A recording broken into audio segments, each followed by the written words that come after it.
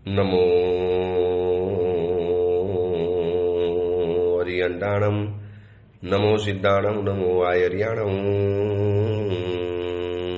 નમો વજ્જાયાણમ, નમો લોહે સૌવસાઉણમ, એસો પંચનમુકારો સૌવ પાવપણાસણો, મંગલાણમ ચ સૌવેસી પરમમ વૈ મંગલમ. મંગલમ ભગવાન વીરો, મંગલમ ગૌતમ પ્રભુ, મંગલમ સ્થૂલભદ્રાદ્યા, જૈન ધર્મો સ્તુ મંગલમ. પ્રવચનનો વિષય છે ભયને ભયભીત કરનારો એક બળવીર, રાજપુત્ર હરિવિક્રમ. આજથી 1000 વર્ષ પૂર્વે બનેલો આશરે 4750 શ્લોક અને 10 સર્ગની અંદરમાં વહેંચાયેલો હરિવિક્રમ ચરિત્ર નામનો આ ગ્રંથ ભયથી વ્યથિત થયેલા માણસો આત્મવિશ્વાસના અભાવના કારણે એવા જીવનની અંદરમાં ખોટા નિર્ણયો કરી બેસે કે છેલ્લે પસ્તાવા સિવાય કશું જ રહેતું નથી. એક અંદરમાં ભય છે, એટલે જે માર્ગે જાય છે ત્યાં મન શંકાશીલ રહ્યા કરે. મન સતત અંદરમાંથી આકુલ વ્યાકુલ રહે. જે માર્ગ પકડ્યો છે, જે રસ્તો પકડ્યો છે, જે પંથે ગયા છો અથવા તો જે પણ જગ્યામાં છો એની ઉપરનો વિશ્વાસ ટકાવી રાખવાનો. પણ જ્યારે ભય ઉત્પન્ન થાય છે એટલે ત્યાંનો એક અવિશ્વાસ, એક ભય, એક ડર અંદરમાંથી પેદા થતો હોય છે. અને આ ભયના કારણે પછી માણસ આડાઅવડા ઉપાયો કરે. દુનિયાભરના જ્યોતિષ, જંતર મંતર, દોરા ધાગા, આ બધું કેમ ચાલે છે? આ ભયના કારણે ચાલે છે. જેટલો માણસ ભયભીત વધારે એટલા જ્યોતિષીઓ પાસે વધારે જાય, દોરા ધાગા વધારે કરવામાં જાય, જંતર મંતરના શરણે જાય. એમાં ખોટા માણસો જ્યારે ભટકાઈ જાય, લે ભાગુ માણસો ભટકાઈ જાય. જો આજે તંત્રના નામે, માંત્રિકોના નામે પેપરોની અંદરમાં જાહેરાત આપે, 7 દિવસમાં કામ પતાવી દઈશું, 2 કલાકમાં કામ પતાવી દઈશું ગેરંટીની સાથે. અને આ બધી બાબતોથી કોણ દોરવાય છે? જેને અંદરથી ભયભીત છે. મારું ભવિષ્ય કેવું આવશે? લાવો જઈને બતાવી દઉં. મારું ભવિષ્ય શું આવવાનું છે? એકવાર જ્યોતિષીને જઈને બતાવી દઉં. અને એમાં જો સાચો બની ગયો તો ઠીક છે. એમાં ખોટી વ્યક્તિ જો ભટકાઈ ગઈ, ખોટી વ્યક્તિના હાથની અંદરમાં જોઈને જઈને હાથ મૂકી દીધો અને પછી એ જે રવાડે ચડાવે એ મોડું બગાડે કે તમારે તો પનોતી ચાલે છે, તમારે તો રાહુ મંગલની દશા બહુ ખરાબ ચાલે છે, તમારે તો જીવનમાં અત્યારે આ ફલાણો યજ્ઞ કરાવવો પડશે ને આ વિધિ કરાવવી પડશે ને એમાં લાખો રૂપિયા માણસ એની અંદરમાં ખતમ કરી નાખે છે. આવા કેટલા કિસ્સા બન્યા છે કે ઘરના બધા જ સોના ચાંદીના ઘરેણા ચોરીને એ કહેવાતા તાંત્રિક માંત્રિકના કહેવાના કારણે બધા ડૂબાડીને અને છેલ્લે સરવારે પસ્તાવા સિવાય કશું જ નથી આવતું. જ્યારે એક માણસને વિશ્વાસ હોય, મારા દેવગુરુ મારી ઉપર બેઠા છે, મારો કર્મ છે, મારું પુણ્ય છે અને કર્મમાં જે હશે તે થશે, મારે શું બહુ લાંબો વિચાર કરવાનો? કદાચ કોઈક આવીને સામેથી પણ કહે ને કે તમારો સમય હવે બહુ ખરાબ આવવાનો છે, સાચવજો, તમને શનિની પનોતી શરૂ થવાની છે, તમને તાંબાના પાયે છે કે લોખંડના પાયે છે કે ફલાણાના પાયે છે, આવું કદાચ કહેવા માટે સામેથી પણ આવે. પણ આત્મવિશ્વાસ જે વ્યક્તિને છે ને, એક ધડ રહીને કહી દે મને આમાંથી કોઈ ફરક નથી પડતો, મને મારા દેવગુરુ ઉપર વિશ્વાસ છે, મને મારા ધર્મ ઉપર વિશ્વાસ છે કે બધું જ સારાવાના થવાનું છે. આ ક્યારે થાય? જ્યારે માણસ ભયથી ભયભીત ન બને તો. પણ જે વ્યક્તિ ભયથી ભયભીત બની જાય, પરિસ્થિતિ આવે અને આવા બધા ટૂંકા રસ્તા, આવા બધા શોર્ટકટ શોધવાની અંદરમાં જાય, તો એવી વ્યક્તિઓ માટે આવી એક કથા છે, હરિવિક્રમની કથા. કે ભય તો એ લોકોના જીવનમાં પણ આવ્યો, તકલીફો તો જીવનની અંદરમાં આવી. અહીંયા આવનારા દરેક પાત્રો, જેમ અત્યારે આપણે સુરસેન રાજાની કથા ચાલે છે કે હરિવિક્રમ અને ભુવન સુંદરી ધર્મ ચર્ચા કરી સંયમ જીવન સ્વીકારવાનો નિર્ણય કર્યો છે અને યોગ્ય ગુરુ ભગવંતની રાહ જોતા હતા.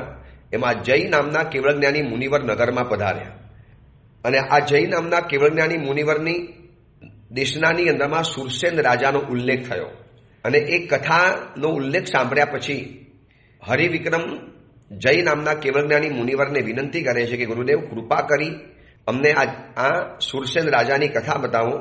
અને કેવળજ્ઞાની જય મુનિવરે એ ઉદ્યાનની અંદરમાં ભુવન સુંદરી, હરિવિક્રમ રાજા ઇત્યાદિ અનેક સેંકડો લોકો પરસદામાં બેઠેલા છે, પ્રવચન સભામાં બેઠા છે. અને ત્યાં મુનિવરે દેશનાની શરૂઆત કરી અને કેવળજ્ઞાની મુનિવર કહે છે કે એ સુરસેન રાજા, એના જીવનમાં બધું જ સુખ હતું, બધું જ હતું એની પાસે. માત્ર એક તકલીફ એને દિવસ રાત પરેશાન કરતી હતી, એને સંતાનનો અભાવ હતો. આજે આવા કેટલાય કપલ છે, આજે આવા એટલા બધા માતા પિતાઓ છે. વર્ષો પહેલા આ ઓડિયો પ્રવચનના માધ્યમે ગૌતમ પૃચ્છા ગ્રંથના પ્રવચનો કરેલા હતા. એ વખતે આ પ્રવચન લોકોને એટલા બધા ગમ્યા, અતિશય ગમેલા હતા, કારણ કે એમાં એક એક આવા સવાલો આવે છે. એમાં આપણે એક સવાલ હતો, ગૌતમ સ્વામીજીએ પરમાત્માને પૂછ્યો હતો કે પ્રભુ, કયા કારણેથી જીવ નિસંતાન બને છે? એને સંતાન નથી પેદા થતું, એને અપુત્રિયા તરીકે મરણ પામવું પડે છે, કયા કારણે? અને એ વખતે જે બધી જ વાતો બતાવી હતી કે હિંસાઓ કરવી, સરોવર પૂરવા, જંગલો કાપી નાખવા, વધુ પડતી વિરાધનાઓ કરવી, પક્ષીઓના મારાનો ભંગ કરવો, કોકના બાળકોને વિખૂટા પાડી દેવા, એબોર્શન કરાવવું ઇત્યાદિ અનેક પ્રકારના કારણો બતાવેલા હતા. આ સુરસેન રાજા અને એની રાણી, એ પણ શૃંગાર દેવી, એ પણ આનાથી વ્યથિત છે કે સંતાન આપણને કેમ નહીં, એક આપણે સંતાન હોવું જોઈએ. અને એવા કરોડપતિ પરિવારો જોયા છે કે જેના ઘરની અંદરમાં પૈસાના ધોધ વહે છે, ધોધ. પરંતુ દુઃખી એટલા માટે છે કે સાહેબ પૈસાને શું કરવાના, પૈસા કોઈ લઈ જાઓ, અમને સંતાન આપો. અને ઝૂંપડાની અંદરમાં સંતાન છે ત્યાં સંપત્તિ નથી, અને જ્યાં સંપત્તિ છે ત્યાં સંતાન નથી. આ કલિયુગનો અભિશાપ. આટલો મોટો રાજા છે અને સંતાનની અંદરમાં એક પણ વ્યક્તિ નથી, એટલે ખૂબ વ્યથિત છે, ખૂબ દુઃખી છે. પતિ પત્ની અંદરમાંથી દુઃખી છે કે રાજા બન્યા, રાણી બન્યા, આટલું મોટું રાજ્ય મળ્યું, આટલો બધો ધન વૈભવ મળ્યો, આટલી અમાપ સત્તા મળી, બધું જ મળ્યું, તો એક ચીજ આપણને કેમ ન મળી? બસ ગત ભવની અંદરમાં કોઈ પણ એવા પ્રકારનો કરેલા અંતરાયો પછીના ભવની અંદરમાં એવા ઉદયની અંદરમાં આવે છે. કરતા તો કરી લઈએ છીએ, ખબર નથી પડતી, પછી જે અંતરાય કર્મ ઉદયની અંદરમાં આવે એટલે આવા સંતાપો થયા કરે. અને એમાં એક દિવસ સંધ્યાના સમયની અંદરમાં, એટલે કે રાતના સમયની અંદરમાં પૂર્વ દિશાની અંદરમાં એક અપૂર્વ તેજપુંજ જોયો. એવો આ તેજપુંજ જોયો કે જે તેજપુંજના તેજથી અંજાઈને રાજા વિચાર કરે છે કે અત્યારે સવારનો તો સમય નથી, એટલે પૂર્વ દિશામાંથી સૂર્ય તો ન ઉગેલો હોવો જોઈએ, પણ આ સૂર્ય ઉગવા જેવો આવો અપ્રતિમ પ્રકાશ, આવું તેજપુંજ, આવું તેજનું વર્તુળ કયા કારણે હશે?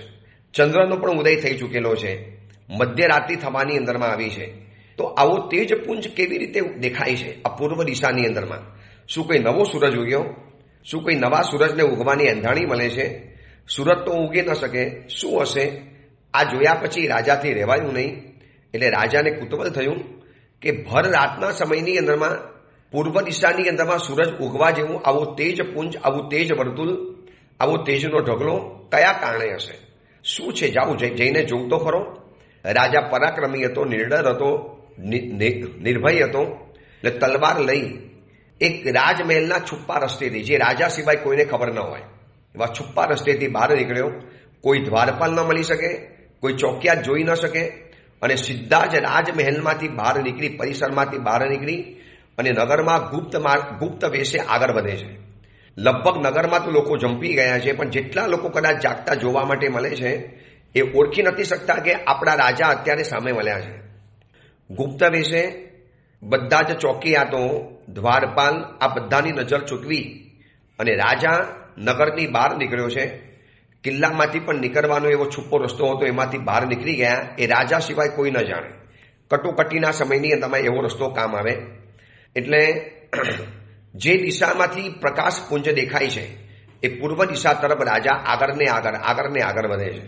આગળ જતા જેમ જેમ નજીકની અંદરમાં ગયો, આંખો અંજાઈ જાય એટલો બધો દિવ્ય તેજપુંજ જોવા માટે મળતો હતો. રાજા વિચાર કરે કે શું હશે? શું કે એવો મણિધારી સાપ પ્રગટ થયો હશે કે જેના મસ્તકના મણિનું આ તેજ દેખાય છે? શું કોઈ દેવાત્મા આવ્યો હશે? શું કોઈ રત્ન આકાશમાંથી નીચે પડ્યું હશે, દેવોના વિમાનમાંથી? આટલું બધું અજવાળું કેમ? આ પૂર્વ દિશાની અંદરમાં આટલું પ્રકાશ વળતું કેમ છે? રાજા જેમ જેમ નજીકની અંદરમાં જાય છે તેમ તેમ એ પ્રકાશ વધુ ને વધુ મોટો અને એકદમ સ્પષ્ટ થતો ગયો. અને જ્યાં પહોંચ્યો ત્યાં દૂરથી જોયું તો કે જૈનોનું એક જિનાલય હતું. હવે આ રાજા તો જૈનોનો દ્વેષી હતો, એને જૈન તરફ નફરત હતી, છતાં પણ એને જ્યારે આ જૈનોનું દેરાસર જોયું, જિનાલય જોયું, અને જોયા પછી લાગ્યું કે આની અંદરથી પ્રકાશ આવે છે, એટલે જિનાલયમાં તો જવું પડશે કુતૂહલના કારણે. એટલે જે પ્રકાશનો પુંજ જે જિનાલયમાંથી બહાર આવતો હતો એ જિનાલય તરફ જ્યારે આગળ વધે છે અને જઈને જોવે છે તો આશ્ચર્યથી મોઢું ફાટું રહી ગયું. પરમાત્માની પૂજા કરવા માટે એ દેરાસર હતું વાસુપૂજ્ય પરમાત્માનું, 12મા વાસુપૂજ્ય પરમાત્મા. અને પરમાત્માના જિનાલયની અંદરમાં અનેકવિધ દેવદેવીઓ પરમાત્માની પૂજા કરવા આવેલા. એમના શરીરના અલંકારો, એમનું દેવ વિમાન, એમના શરીરમાં પહેરેલા રત્નો અને આભરણો, એ બધાનું તેજપુંજ એટલો બધો ભેગો થતો હતો કે દૂરથી એમ લાગે કે જાણે એક નવો સૂરજ ઉગેલો છે. આ દેવતાઓના આભરણ, દેવતાઓના કુંડલ, દેવતાઓના બાજુબંધ, દેવતાઓની શરીરની કાંતિ, એમના વિમાનો, આ બધું એટલું બધું તેજસ્વી હોય કે સૂરજની જેમ જગારા મારે. અને અનેક દેવી દેવતાઓના આપણા તેજપુંજના કારણે દૂરથી મોટો પ્રકાશનું વર્તુળ પેદા થયેલું, જેને જોવા માટે રાજા અહીંયા આવેલા. જોયું તો દેરાસરની અંદરમાં ગીત વાગે છે, સંગીત વાગે છે, નૃત્ય ચાલે છે, અદ્ભુત રીતે પરમાત્માની ભક્તિ ચાલે છે. પોતે તો દેરાસરમાં ક્યારેય જાય નહીં, જૈન ધર્મનો દ્વેષી હતો, જૈનોનો વિરોધી હતો. આજે એને એ જ જૈનોના જિનાલયની અંદરમાં આવવું પડ્યું છે. હવે રાજા એટલો તો હતો જ કે જાણવા માટે દેરાસરમાં જવું તો પડશે જ. અને જેવો અંદરમાં જાય છે, કોઈ એવી સમજ નથી કે જિનાલયમાં જતા પહેલા નિશ્ચિહી કરવાનું, જિનાલયમાં જતા પહેલા પરમાત્માની પરમિશન માંગવાની, આવી કોઈ જ કહેતા કોઈ ખબર નથી. અંદર દેવતાઓ, દેવીઓ, અપ્સરાઓ, એના ગીત નૃત્ય ચાલે છે. 12 દેવતાઓના પાર્ક કરેલા દેવ વિમાનો, એની પણ અદ્ભુત રોશની બહાર આવે છે. દેવતાઓએ પહેરેલા દિવ્ય અલંકારો, તેજસ્વી અલંકારો, એમાંથી પણ તેજપુંજ બહાર આવે છે. અને રાજા જિનાલયના પગથિયા ચડવાના શરૂ કરે છે. અને જ્યાં જિનાલયના રંગમંડપમાં બેસવા માટે મુખ્ય દરવાજે જ્યારે જાય છે ત્યારે 2 દેવતાઓ ત્યાં દ્વારપાલ તરીકે ઊભા હતા. એટલે એ લોકોએ સીધું જ એનું જે પહેરગીરનું જે હોય ને દંડો સીધો આડો મૂકી દીધો, ક્રોસ કરી દીધો, અંદર જતા અટકાવ્યો. એટલે આ તો પોતે રાજા હતો. રાજા જેવો અંદરમાં જવાની તૈયારી કરે છે, દ્વારપાલ એને અટકાવે છે. એટલે રાજા હતો ને અભિમાન તો હતું જ. અરે ભાઈ, મને કેમ અટકાવ્યો? કે છે ભાઈ, માનવોને અંદરમાં જવાનો અધિકાર નથી. અત્યારે ઇન્દ્રો દેવો પરમાત્માની પૂજા કરે છે. આ પ્રભુની પાસે અત્યારે જવા માટે નહીં મળે. બોલો કે મને જવા દે, ના કેમ પાડે છે? હું રાજા છું. અરે કોઈ બી હો, આ ધરતી ઉપરનો કોઈ પણ રાજા અમારા ઇન્દ્રથી મોટો નથી. એમને અંદરમાં જવા માટે નહીં મળે, એમને અંદરમાં જવા નહીં મળે. રાજાએ બહુ આગ્રહ કર્યો, મને જવા દો.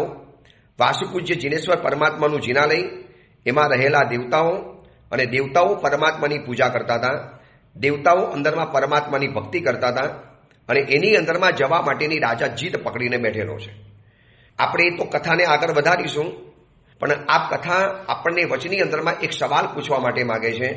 દેવલોકની અંદરમાં રહેલા દેવો, ઇન્દ્રો, એ લોકોને જો પરમાત્માની પૂજા કરવી ગમે છે, એ લોકોને પરમાત્માની પૂજા કરવાનો સમય મળે છે, એ લોકો પણ પરમાત્માની પૂજા કરવા માટે જો ઉલ્લસિત બનતા હોય છે, દેવલોકના સુખોને છોડી અને ધરતી ઉપર રહેલા વિશિષ્ટ પરમાત્માની પૂજા કરવા જો દેવતાઓ દોડીને આવતા હોય છે, તો આ ધરતી ઉપર રહેલા માનવો પાસે એવું શું કામ છે કે જે લોકો પરમાત્માની પૂજા કરવા નથી જઈ શકતા?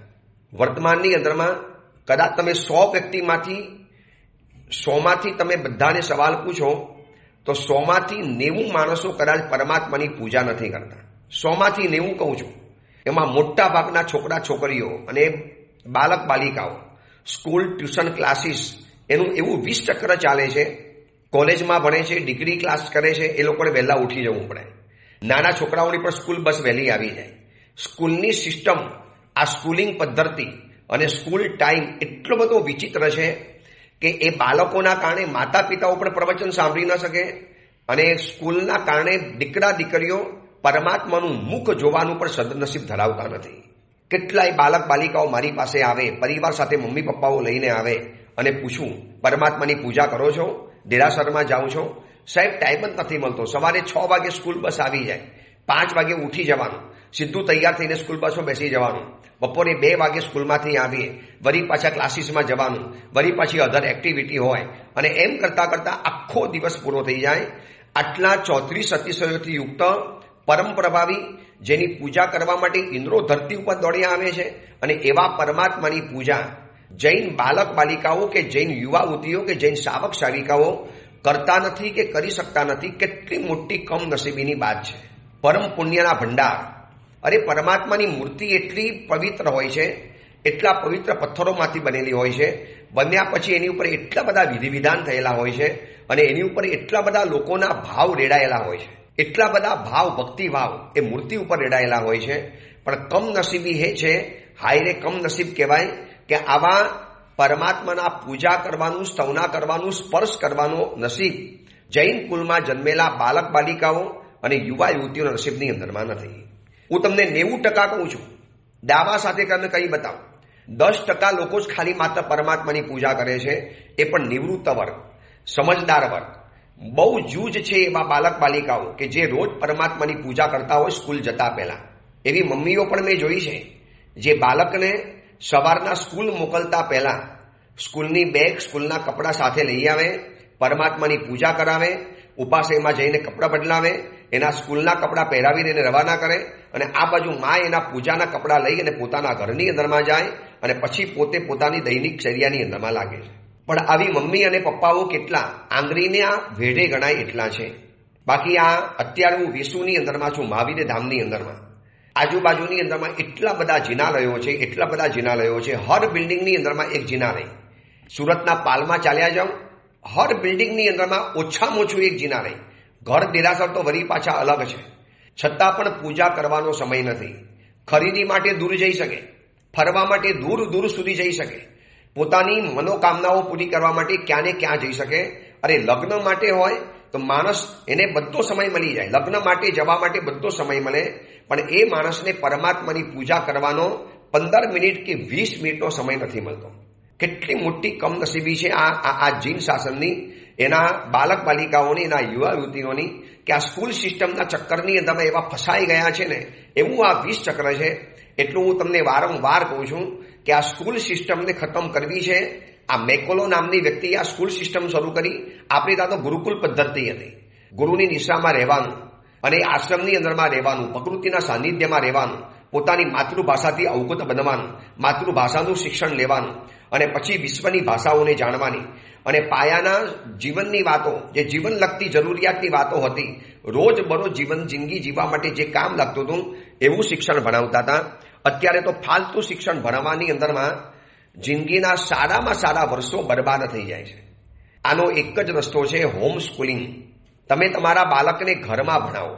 સ્કૂલના ટીચર સારામાં સારા જે હોય એવા નિવૃત્ત ટીચરો ઘણા છે, એકદમ વિદ્વાન છે, હોશિયાર છે, ભણાવવાની જેની પાસે કલા છે, છટા છે, આવડત છે, એવા શિક્ષકોને પોતાના ઘરમાં બોલાવો. બાળકની સુરક્ષા છે, બાળકને ખોટા સંગત નહીં જાય. સ્કૂલની અંદરમાં તો ગામના બાળકો આવવાના, બધા જ પ્રકારના ટાઈપના બાલક બાલિકાઓ આવવાના, એના કુસંગતથી બચી જવાના. ભરચક સમય મળવાનો. તમે પણ પૂજા કરી શકશો, બાળક પણ કરી શકશે. તમે પણ પ્રવચન કરી શકશો, બાળક પણ કરી શકશે. તમે 11 વાગે, 10:30 વાગે બોલાવો ટીચરને અને ભણાવવાનું શરૂ કરે. 12 વાગે ઘરે જમાડી લેવાનું, સીધા 4 વાગે ઊભા થવાનું. ત્યાં સુધીમાં હોમવર્ક પણ ત્યાં પતી જાય, ભણવાનું પણ ત્યાં પતી જાય અને બાળક પછી બિલકુલ ફ્રી, એકદમ હરવાશ સાથે રહે. આજે શું થયું છે, એટલા બધા અંડર પ્રેશરમાં બાળકો ભણે છે, એના કારણે માર્ક્સ જોઈએ એવા મળતા નથી. આવડ્યું છે બધું ભણીને ગયા છે, વારંવાર એ ચોપડી વાંચી છે, 10, 15, 25 વખત પુસ્તકનું રિવિઝન કરેલું છે, છતાં પણ પરીક્ષાના સમયની અંદરમાં બધું વળી પાછું બ્લેન્ક થઈ જાય છે, બધું ભૂસાઈ જાય છે. કેમ? એક તો માતૃભાષાનું શિક્ષણ નથી, એટલે પારકી ભાષાની અંદરમાં ભણવાનું, એટલે એને યાદ કરવામાં તકલીફ પડે. અને બીજા નંબરની અંદરમાં જે એને પૂરતી ઊંઘ મળવી જોઈએ, જે પૂરતો સમય મળવો જોઈએ ભણવા માટેનો, એ પૂરતો મળતો નથી. અને આ બધાનો રામબાણ સર્વશ્રેષ્ઠ ઉપાય છે હોમ સ્કૂલિંગ. બાળકને ઘરે જ ભણાવો, ઘરનું ખાઈ શકશે, ઘરમાં રહી શકશે, પરિવારમાં પણ તમને સંખ્યા દેખાશે. બાળક માટે ઘર બનાવ્યું છે તો ઘર એને કામ પણ લાગે. હવે પૂછો ને, આટલો મોટો બંગલો કેમ બનાવ્યો? ભાઈ, ભવિષ્યમાં દીકરા દીકરીઓ છે કે નથી, પરંતુ એ દીકરાને બંગલાની અંદરમાં રહેવાનો સમય જ નથી અથવા તો મોકો નથી મળતો. તરત જ બહાર ટ્યુશન, ક્લાસીસ, ફલાની એક્ટિવિટી ને ફલાનું કરવાનું, એમાં દિવસ રાત એવા એક થઈ જાય કે લાખો કરોડો અબજો રૂપિયાની ઇન્ડસ્ટ્રી ચાલે છે. પૈસા પણ બરબાદ જાય, ન સંસ્કાર મળે, ન પૂરું શિક્ષણ મળે અને બાબાના બંને બગડી અને સાવ તેજહીન પ્રજા જાણે કે જિંદગી જીવવા માટે આગળ વધી રહેલી છે. તો અહીંયા હરિવિક્રમ અને ભુવન સુધીના જીવનની અંદરમાં આપણે જાણ્યું છે કે એ લોકોને પરમાત્માની પૂજાનો સમય હતો અને આ જે રાજા સુરસેન રાજા છે એ પણ જોવે છે કે ઇન્દ્રો દેવેન્દ્રોને પૂજા કરવાનો સમય મળે છે, પણ આજના બાળકોને પૂજાનો સમય નથી. સ્કૂલના સિસ્ટમના કારણે, સ્કૂલિંગ પદ્ધતિના કારણે, સ્કૂલ ટાઈમના કારણે જો હજી પણ નહીં ચેતીએ તો આના બહુ બુરા નતીજા પરિણામ જોવા માટે મળશે. અને ઇન્દ્ર મહારાજા પૂજા કરતા હતા અને 12 દ્વારપાલ સાથે સુરસેન રાજા રકઝક કરે છે. દ્વારપાલ એકનું બે થવા તૈયાર નથી. હું સાહેબ નહીં જવાનું, અમારા ઇન્દ્ર મહારાજા અંદર છે, અમે એના બોડીગાર્ડ છીએ, એમની પાસે કોઈ જઈ જ ન શકે. તમારા જેવા પામર તુચ્છ મનુષ્યો ઇન્દ્રોની પાસે જઈ ન શકે. એના માટે તમારે વિશિષ્ટ પુણ્ય જોઈએ. તમને એમને ઇન્દ્રના દર્શન ન મળી જાય. આખા ભરત ક્ષેત્રનો માલિક છે, 32 લાખ વિમાનના અધિપતિ છે, અને આવા ઇન્દ્ર મહારાજા તમને ડાયરેક્ટ મળી જાય, સીધા મળી જાય? નહીં મળે. ચલો જાઓ, બહાર ચાલ્યા જાઓ. રકઝક એટલી ચાલે. રાજા સમજાવે છે કે દોસ્ત શાંતિથી જવા દે, ગામનો રાજા છું. આવા તો ઘણું કહેવા માટે આવે કે અમે ગામના રાજા છીએ, તમને જવા માટે નહીં મળે તો નહીં જ મળે, તમે ઇન્દ્ર મહારાજાની પરમિશન લઈ આવો. તો તું પોતે જઈને પરમિશન લઈ આવ, મને અંદરમાંથી આવવા દે. રાજા કે હું રાજા છું, મને અટકાવ નહીં, હું ગામની અંદરમાં બધું કરી શકું એમ તો કરી લો, જાઓ અંદરમાં જતા રહો, મને કેમ પૂછો છો અંદર જવું કે ન જવું? રાજા મૂંઝાયો છે કે હવે અંદર જવું તો કેવી રીતે જવું? આ પ્રકાશનો તેજપુંજ અને જે રીતે ઇન્દ્રોને, અપ્સરાઓ, દેવોને જોયા છે એને પણ મળવાની ચટપટી જાગે છે કે કેવા દેવતાઓ છે. જમીનથી 4 આંગળ ઉપર રહેવાનું, એમની ફૂલમાલા ક્યારે કરમાય નહીં, સદૈવ યુવાન રહેવાનું, સદાને માટે યુવાન અવસ્થા, સદાના માટે યૌવન રહેવાનું. કેવી અદ્ભુત વ્યવસ્થા અને કેટલી અપાર રુદ્ધિ સમૃદ્ધિ. આ બધું જોયા પછી એને મન થયું કે ઇન્દ્ર મહારાજાને પણ જૈન મળું, જૈનોના ભગવાન છે વાસુપૂજ્ય ભગવાન, એમના પણ દર્શન કરું. હવે આ સુધીમાં જૈન ધર્મ ઉપરનો જે દ્વેષ હતો એ પીગળવા માંડ્યો. આ રીતે પરમાત્માની ભક્તિને જોયા પછી એને વિચાર આવે છે સુરસેન રાજાને કે જેમની મૂર્તિ રૂપે પણ હાજરી છે છતાં એની સેવા કરવા માટે દેવી દેવતાઓ જો ભાગ્યા આવે છે, તો આવા પરમાત્માની ભક્તિ કરવામાં મારે વિલંબ શેના માટે કરાય? હું શું કામ આ લોકોના વિરોધની અંદરમાં છું? આ પરમાત્માની ભક્તિને ઇન્દ્ર મહારાજ દ્વારા થતી જોયા પછી હૃદય પરિવર્તન તો થયું સુરસેન રાજાનું, પણ અંદરમાં જવા તો નથી જ મળતું. રાજા કહે છે નકામો તમે મારી સાથે વિવાદ કરો છો, પુણ્ય કર્મ કરનારા એવા મને અંદરમાં જવા દો. તારે દ્વારપાલ કહે છે કે તમારા એવા પુણ્ય કર્મ નથી જે તમને ઇન્દ્ર જોવા માટે મળે. તારે રાજા કહે છે કે તમારા કરતા તો વધારે પુણ્યવાન, તમારા રાજા કરતા તો સેંકડો ગણા પુણ્યવાન એવા ભગવાન દર્શન મેં કર્યા છે. હવે આટલા મોટા ભગવાન દર્શન કરવાનું જો મારું નસીબ હોય તો તારા રાજાના દર્શન કરવાનું મારું નસીબ કેમ ન હોય? આ દલીલ ચાલે, ચર્ચા ચાલે, વાદ વિવાદ ચાલે, વિતંડાવાદ ચાલે. દ્વારપાલ કે નહીં જવાય અને આ બાજુ રાજા કહે છે કે હું ગયા વગર નહીં રહું, મારી અંદરમાં આવું જ છે, હું આવીશ, કોઈ પણ હિસાબે આવીશ. દેવ કહે છે કે તમે સાધારણ મનુષ્યો છો અને તમારા શરીરની બદબુ અમારા ઇન્દ્ર મહારાજા પસંદ નહીં કરી શકે, એટલા માટે અમે આટલો બધો છંટકાવ કર્યો છે સુગંધી વસ્તુઓનો, એટલા માટે અમે આટલા બધા પુષ્પોનો પ્રકાર લઈ આવ્યા છે કે માનવ લોકની દુર્ગંધ રાજાને નાકની અંદરમાં પરેશાન ન કરે.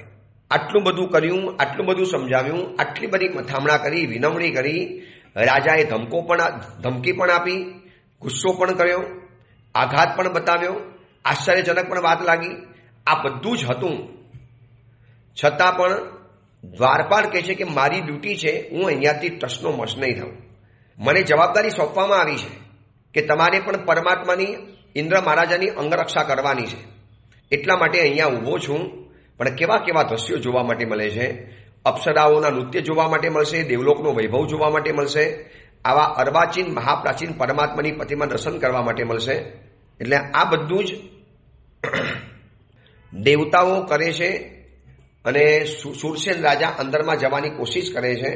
કોઈ પણ હિસાબે અંદરમાં જ્યારે જવા નથી મળતું એટલે પરસ્પર જે વિરોધ થયો, પરસ્પર જે અવાજ થયો, પરસ્પર જે વાદ વિવાદ અને લોજિક વાત ચાલ્યો, એના કારણે અવાજ થોડોક ઉગ્ર બની ગયો राजा नो અને द्वारपाल नो। इतनी बार आपको बोला है, समझते नहीं हो कि बाहर निकल जाओ, क्या आपको हटाना पड़ेगा क्या? આવું બધું કંઈક બોલતો હશે ઊંચા અવાજે। હવે આ શબ્દો અંદરમાં બેઠેલા રાજાના કાનની અંદરમાં જાય છે, અંદરમાં ઉભેલા ઇન્દ્ર મહારાજાના કાને જાય છે. ઇન્દ્ર મહારાજા વિચાર કરે કે મારા દ્વારપાલ સાથે જે વ્યક્તિ જીભા જોડી કરી શકે, ચોક્કસ એ વ્યક્તિ મહાન હોવો જોઈએ. એટલા માટે ઇન્દ્ર મહારાજા વિચારે છે કે આ કોણ છે, મારા દ્વારપાલ સાથે આટલી બધી બહસ કરે છે. એને પણ એટલી તો ખબર છે કે દ્વારપાલ આમ એક જોવા જઈએ તો દેવ છે અને દેવની તાકાત બહુ અદ્ભુત છે. છતાં પણ સુરસેન રાજા પોતાનો આગ્રહ અને મમત છોડતા નથી અને દ્વારપાલ સાથે વિવાદની અંદરમાં ઉતરી પડે છે. મને દર્શન કરવા દે, મને અંદર જવા દે, મારે ઇન્દ્ર મહારાજાને મળવું છે, મારે જોવા છે, મારે પૂછવું છે તમે કેમ આવો છો, આ પરમાત્માની ભક્તિ કેમ કરો છો, આ ભગવાન કોણ છે, શેના માટે આ બધું કરે છે. આપણને ખબર છે કે કયા પરમાત્મા છે, પરંતુ એમને તો ખબર નથી કે વાસુપૂજ્ય ભગવાન છે. અને આ બધી રકઝકની અંદરમાં, આ બધી ખેંચતાણની અંદરમાં ઇન્દ્રની નજર અને કાન દ્વારપાલ તરફ ગયા. પહેલા તો કાનેથી સાંભળ્યું કે શેનો આ કોલાહલ છે, શેનો અવાજ ચાલે છે, અને પાછળ વળીને સહેજ જોયું તો એક વ્યક્તિ મને મળવા માટે મારા નિમાયેલા દ્વારપાલ સાથે એટલી બધી કોશિશ કરે છે, એટલી બધી એને લાલચ આપે છે, એને એટલી બધી લોભામણી ઓફર કરે છે, પરંતુ મારો સેવક દેવ એ વ્યક્તિને અંદરમાં આવવા નથી દેતા, સુરસેન રાજાને અંદરમાં આવવા નથી દેતા. અને સુરસેન રાજા હઠ પકડે છે, રાજ હઠ. હવે તો અંદરમાં જઈને જ બતાવીશ. આ બધી વાદ વિવાદ, આ બધો અવાજ, આ બધી જીભા જોડી, એમાં સહેજ ઉગ્ર અવાજ થઈ ગયો. એટલે સુરસેન રાજાનો ઉગ્ર અવાજ સાંભળી અંદરમાં ઉભેલા દેવેન્દ્ર ઇન્દ્ર મહારાજા એમને ઉપયોગ મૂક્યો. ભરત ક્ષેત્રના અધિપતિ એ છે, સૌધર્મ દેવલોક ભરત ક્ષેત્રના સૌધર્મ દેવલોકના તાબાની અંદરમાં આવે છે. એટલે એમના કાન ખેંચાયા, એમનું ધ્યાન ભંગ થયું. એ કોણ છે આ? સવારની અંદરમાં આટલો બધો અવાજ કરે છે. ત્યાં એમના શિષ્યએ કીધું કે ગુરુદેવ, આ જે અવાજ થાય છે એ બીજું કાંઈ નથી, પરંતુ એક રાજા અંદરમાં આવવા માટેનો આગ્રહ કરે છે અને અમે એને ના પાડી દઈએ છીએ. હવે આ બધી જે રકઝક ચાલી એમાં ઇન્દ્રની જે નજર પડીને તે ઇન્દ્રએ એને જોયું કે જે વ્યક્તિ મારા દ્વારપાલ સાથે પણ યુદ્ધે ચડવા તૈયાર છે. એટલામાં દ્વારપાલે કહી દે છે કે આવી જા યુદ્ધ કરવા મારી પાસે. દ્વારપાલ કે આવી જાઓ, પણ યાદ રાખજો અમે દેવો છીએ, તમે પાવન મનુષ્ય છો. છતાં પણ એનું પડકાર ઝીલી લેવા તૈયાર. ચોક્કસ આ છે વ્યક્તિ કોઈક મોટો માણસ છે, કોઈક વિશિષ્ટ વ્યક્તિ છે. બાકી દેવોની સાથે યુદ્ધ કરવા તૈયાર કોણ થાય? કયો માણસ દેવ સાથે યુદ્ધ કરવા તૈયાર થાય? એની શક્તિ જ ન પહોંચે દેવતાઓની સાથે યુદ્ધ કરવાની. સામાન્ય દેવ હોય એની પાસે મનુષ્યની પણ અમાપ શક્તિ પડેલી છે. સામાન્યમાં પણ સામાન્ય વ્યક્તિ હોય, પણ એ દેવની સામે જાય એટલે એમ માને કે બસ દેવ મારા જીવનના આરાધ્ય છે. અહીંયા પણ એવું જ બન્યું. એને વાસુપૂજ્ય પરમાત્માની પ્રતિમા જોઈ, દેવતાઓને જોયા, અને એનો એટલો બધો આગ્રહ ચાલ્યો, છેલ્લે તલવાર તાણીને ઊભો રહી ગયો. આવી જા યુદ્ધ કરવા, વરના હું અંદરમાં પહોંચી જઈશ. અને આ બધું બારણા ઉપર નજર નાખે છે ઇન્દ્ર મહારાજા. ઇન્દ્ર મહારાજા વિચાર કરે છે કે આ માણસ છે તો કંઈક અલગ વ્યક્તિ લાગે છે, તેજસ્વી છે, યુદ્ધ કરવા પણ તૈયાર થઈ ગયો છે. અને દેવતાઓની સાથે યુદ્ધ કરવું એટલે એને ખબર તો હોવી જોઈએ કે દેવતાની પાસે શું શું વિદ્યાઓ હોય છે. આકાશગામીની વિદ્યા, પ્રજ્ઞપ્તિની વિદ્યા, 16 વિદ્યા દેવીઓ. હવે આ બધાનો જો ઉપયોગ આચાર્ય ઉપર બેઠા બેઠા નીચેની વ્યક્તિ ઉપર કરે, એની શું હાલત થઈ જાય એ ખબર નથી. એટલે જ્યારે આ બધી રકઝક ચાલતી હતી એટલામાં ઇન્દ્ર મહારાજાએ પોતાના દ્વારપાલને કીધું કે એને અંદરમાં આવવા દો, એને રોકો નહીં, એમને અંદર આવવા દો, એ જે પણ હોય. પછી દ્વારપાલ કે સાહેબ આ માનવ છે, માનવ વસ્તીમાંથી કોઈ ભાઈ આવ્યા છે, માનવ વસ્તીના એક ભાઈ રહેલા છે અને અતિશય આગ્રહ કરે છે અંદરમાં આવવાનો. ઇન્દ્ર કહે છે એમને અંદરમાં આવવા દો, હું પછી મળું છું એ કોણ છે. અને આ બાજુ દ્વારપાલ ઇન્દ્રની બાજુની અંદરમાં સુરસેન રાજાને લઈ ગયો છે. જેવો સુરસેન રાજા ઇન્દ્રની બાજુની અંદરમાં પહોંચ્યો, ઇન્દ્રનું તેજ, ઇન્દ્રના ઘરેણા, ઇન્દ્રનો વૈભવ, આ બધું જોતા જોતા આશ્ચર્ય વિભોર બની ગયો. કેટલી અદ્ભુત આ વાત છે કે પરમાત્માની પૂજા કરવા આવેલા દેવતાઓ, એમનો થયેલો પ્રકાશપુંજ, એને જોયા પછી સુરસેન રાજા જ્યારે આગળ વધે છે અને હવે સુરસેન રાજાને ઇન્દ્ર મહારાજા સ્વયં જ્યારે મુલાકાત આપવા માટે તૈયાર થયા છે, તો શું મુલાકાત થશે કે નહીં થાય? મુલાકાતની અંદરમાં યાદ રાખજો હિન્દુસ્તાનના પ્રાઇમ મિનિસ્ટર સાથે પણ જો આપણી મુલાકાત ગોઠવી હોય ને તો આપણે ઊંચા નીચા થઈએ. આ તો ઇન્દ્ર મહારાજાની સાથે ડાયરેક્ટ ઓળખાણ થઈ છે અને ઇન્દ્ર મહારાજાએ એને પોતે બોલાવેલો છે. એટલે સુરસેન રાજા તો બહુ હર્ષ વિભોર બની ગયો, એકદમ અભિમાનથી ભરાઈ ગયો. જોયો મારા જેવો રાજા, ઇન્દ્ર મહારાજા સ્વયં મને બોલાવે છે, સ્વયં મને વાતચીત કરવા તૈયાર છે. અને દ્વારપાલને જ્યારે ઈશારો કર્યો કે એ મહાનુભાવને આવવા દો, એ મહાનુભાવને આપણી પ્રસદામાં બેસવા દો, અને ઇન્દ્ર મહારાજાના કહેવાના કારણે સુરસેન રાજાને જિનાલયમાં પ્રવેશ તો મળી ગયો. હવે શું થાય છે પ્રવેશ મળ્યા પછી, શું ઘટના બને છે એની વાત આપણે આવતીકાલે કરીશું. એ જ મંગલ કામના મંગલ ભાવના. જીનાગના વિરુદ્ધ કાંઈ પણ બોલાયું હોય તો મિચ્છામી